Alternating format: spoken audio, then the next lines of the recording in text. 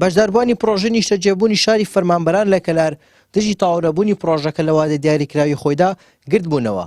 هۆکاری سەرەکی گرتبوونەوەی بەشداربوان بۆ سست بەڕێوەچوون و تاوانەکردنی کارەکانی پرۆژەیە لە کاتی خۆیدا.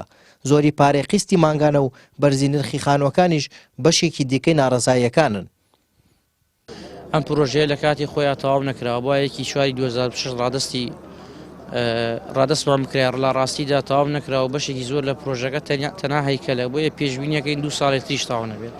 خاڵێکی تر داوەزاندنی نرخی یەکەی پرۆژەکانە لە ڕاستیدا ئەم پرۆژەیە لە ڕووی شوێنی جوگرافیۆ لە کەلار بەتوانین بە دوورترین پرۆژە وێنای بکەین چکە ئەو پرۆژانەی کە لە نزیک ناوەندەکانی شارن لەمەش زووتر تەواو بێت لەمەش خێراتر تەواو بێت و نرخشیان لەمە کەمترە و شێوازی قسەکانیشان لەمە جیاوازترە.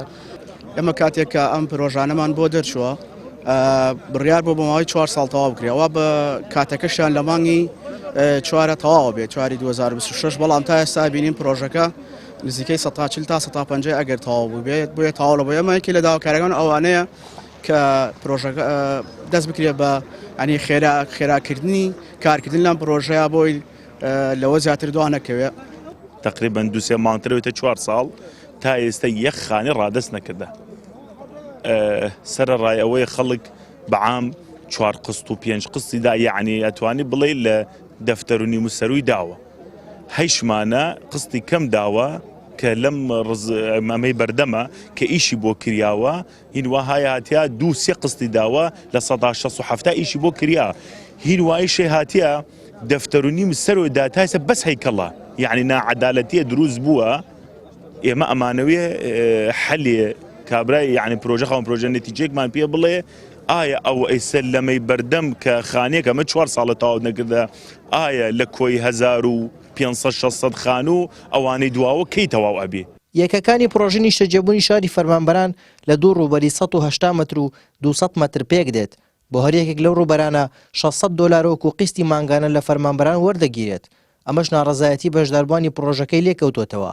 سەرپەرشتیاری پرۆژەکەش بەم شێوەیە باس لە هۆکاری تاوانەبوونی پرۆژەکە دەکات.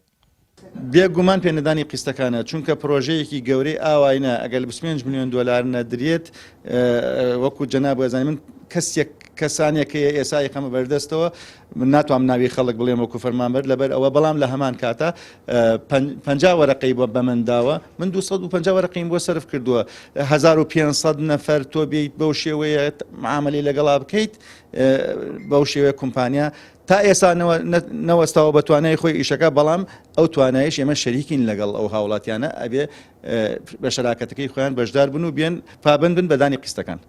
پرۆژە نیشتەجێبوونی شاری فەرمانبەران لە شاری کەلار لە 1641 یەکەی نیشتەجێبوون پێک دێت. پرۆژەکە لە ساڵی 2022 دەستی بەکارەکانی کردووە وا بڕیار بوو لە مانگی 4 ئەم ساڵدا تەواو بکرێت بەڵام تاوەکو ئێستا پرۆژەکە کارەکانی تەواو نەکراوە. هارون ڕەشید، کەناڵی ئاسمانی پەیام، کەلار.